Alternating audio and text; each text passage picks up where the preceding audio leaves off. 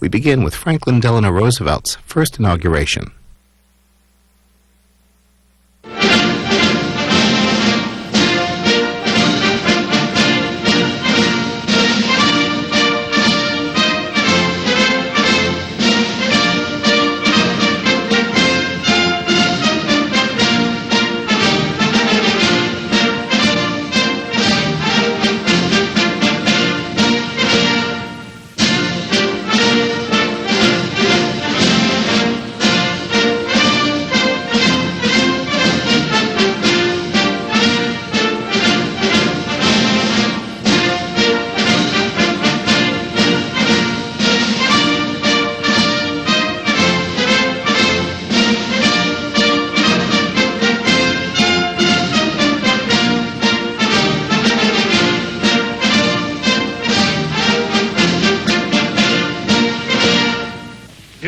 Franklin Delano Roosevelt, do solemnly swear that you will faithfully execute the office of President of the United States and will, to the best of your ability, preserve, protect, and defend the Constitution of the United States.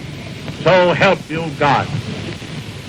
I, Franklin Delano Roosevelt, do solemnly swear that I will faithfully execute the office of President of the United States and will, to the best of my ability, preserve, protect, and defend the Constitution of the United States. So help me God.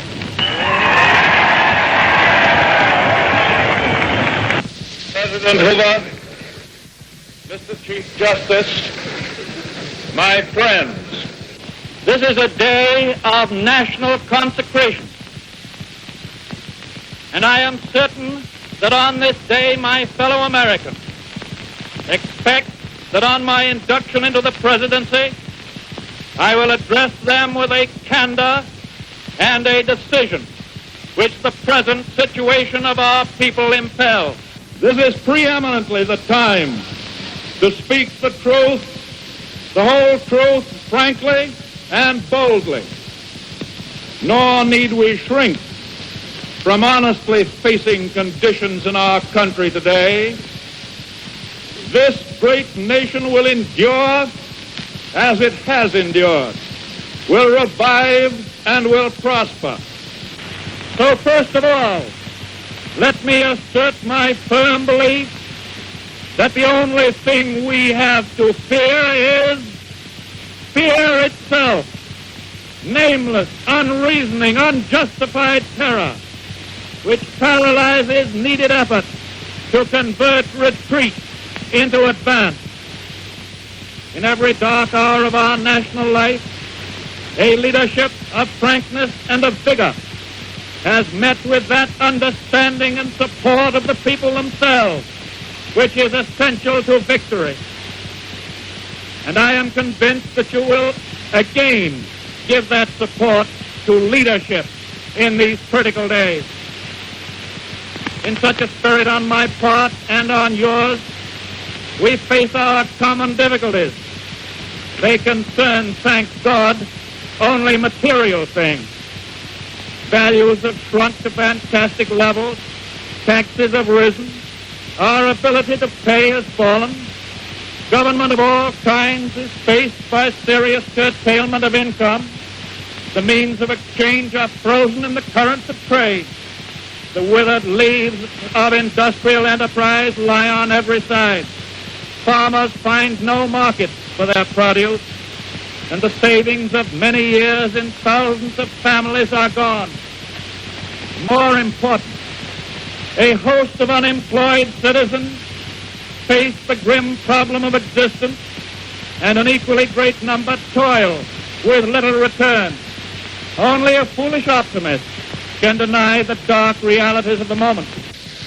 And yet our distress comes from no failure of substance.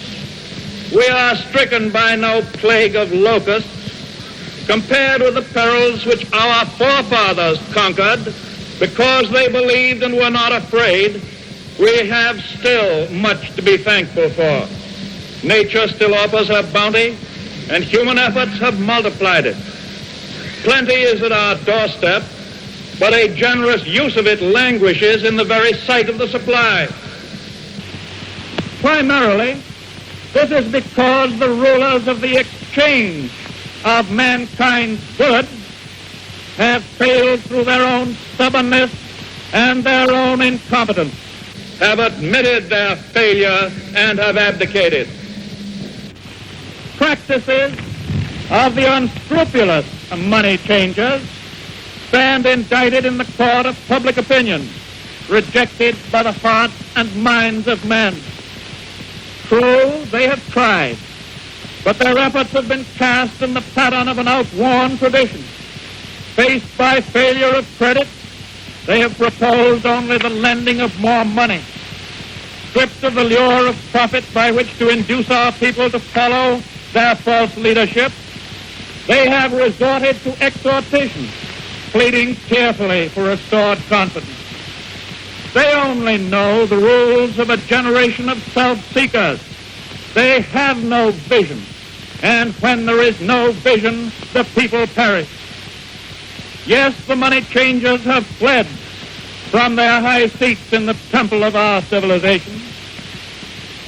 We may now restore that temple to the ancient truth.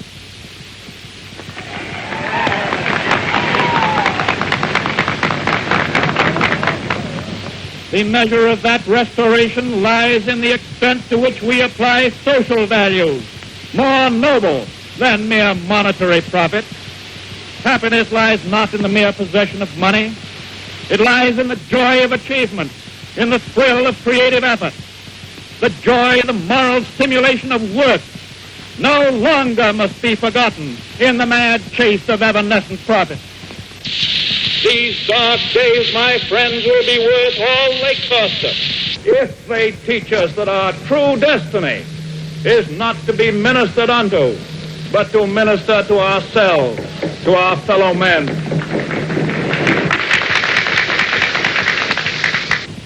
Recognition of that falsity of material wealth as the standard of success goes hand in hand with the abandonment of the false belief that public office and high political positions are to be valued only by the standard of pride of place and personal profit.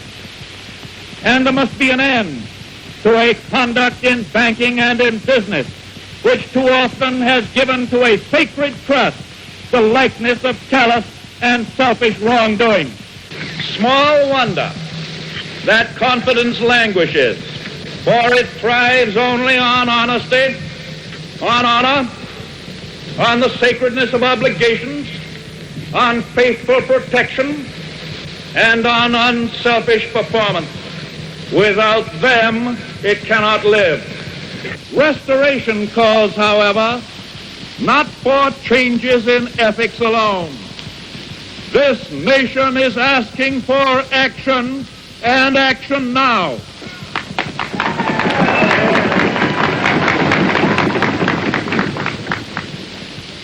Our greatest primary task is to put people to work. This is no unsolvable problem if we face it wisely and courageously.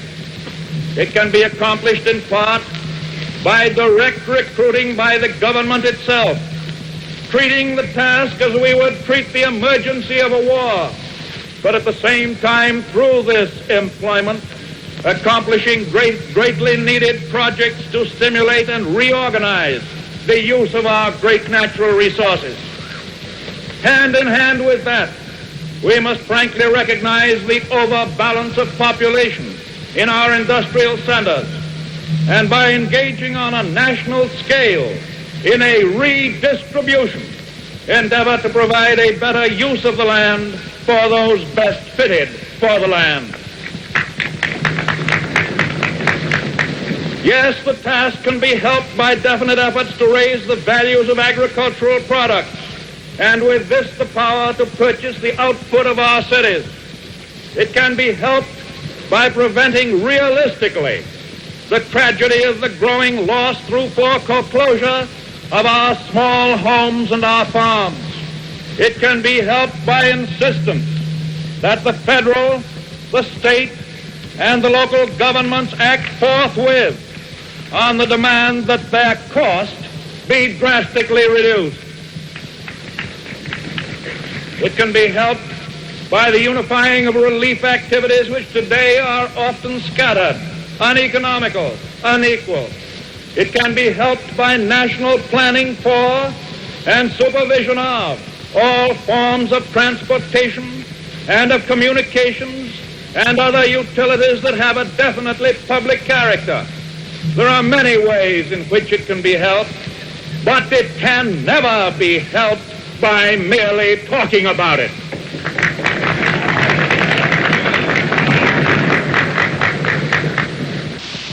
We must act quickly.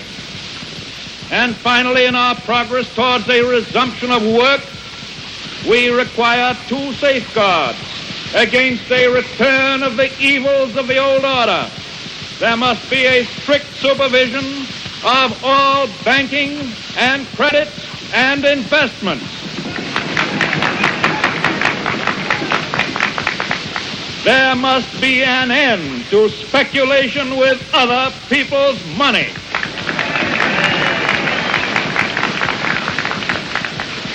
And there must be provision for an adequate but sound currency. These, my friends, are the lines of attack I shall presently urge upon a new Congress in special session detailed measures for their fulfillment, and I shall seek the immediate assistance of the 48 states.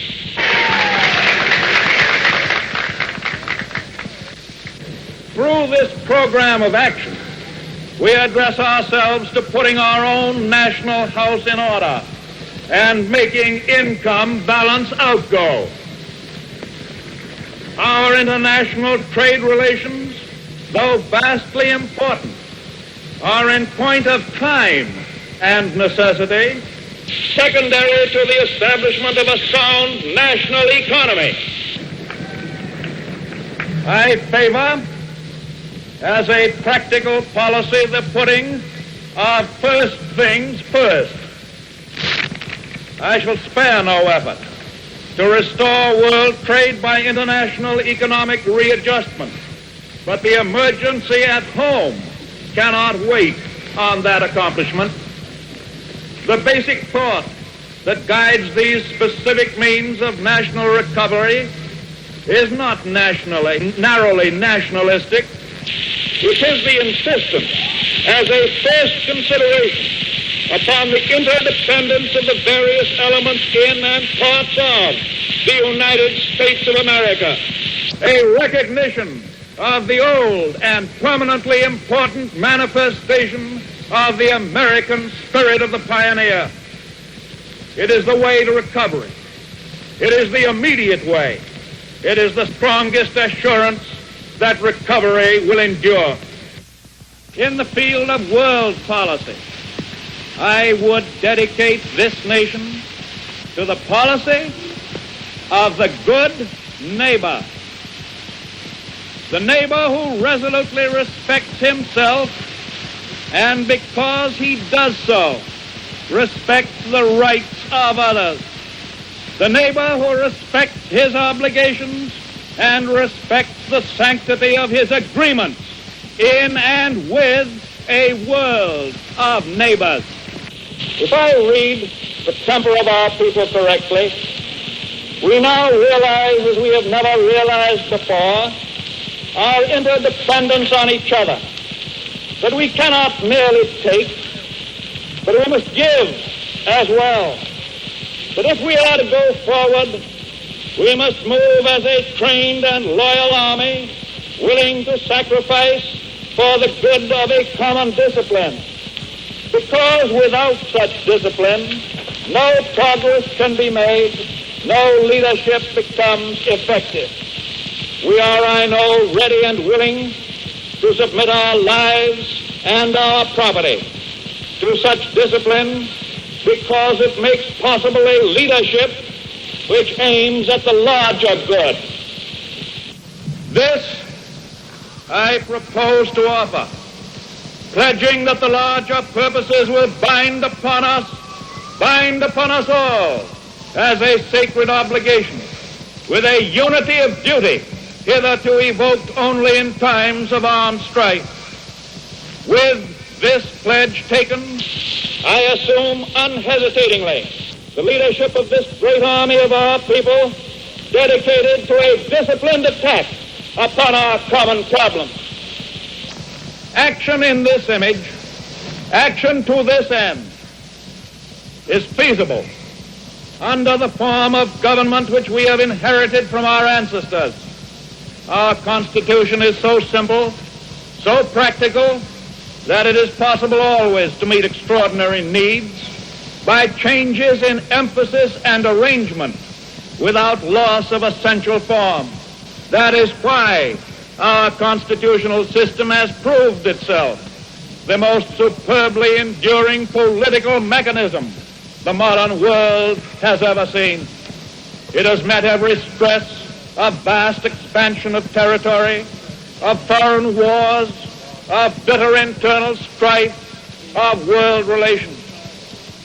And it is to be hoped that the normal balance of executive and legislative authority may be wholly equal, wholly adequate to meet the unprecedented task before us. But it may be that an unprecedented demand and need for undelayed action may call for temporary departure from that normal balance of public procedure. I am prepared, under my constitutional duty, to recommend the measures that a stricken nation in the midst of a stricken world may require. These measures, or such other measures as the Congress may build out of its experience and wisdom, I shall seek within my constitutional authority to bring to speedy adoption. But in the event that the Congress shall fail to take one of these two courses, in the event that the national emergency is still critical, I shall not evade the clear course of duty that will then confront me. I shall ask the Congress for the one remaining instrument to meet the crisis: broad executive power to wage a war against the emergency as great as the power that would be given to me if we were in fact invaded by a foreign foe.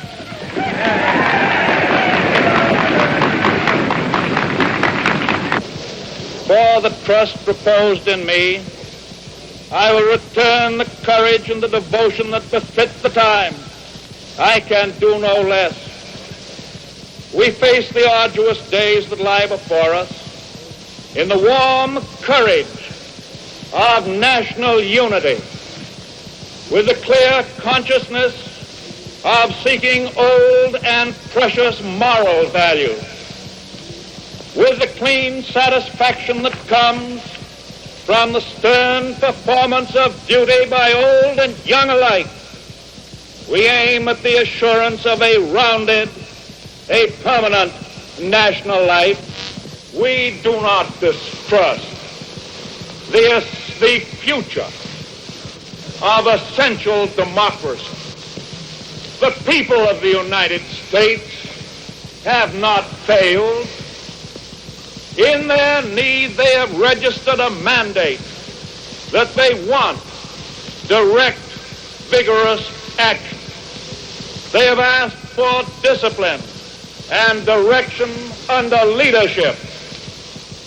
They have made me the present instrument of their wishes. In the spirit of the gift, I take it. In this dedication of a nation, we humbly ask the blessing of God. May He protect each and every one of us. May He guide me in the days to come.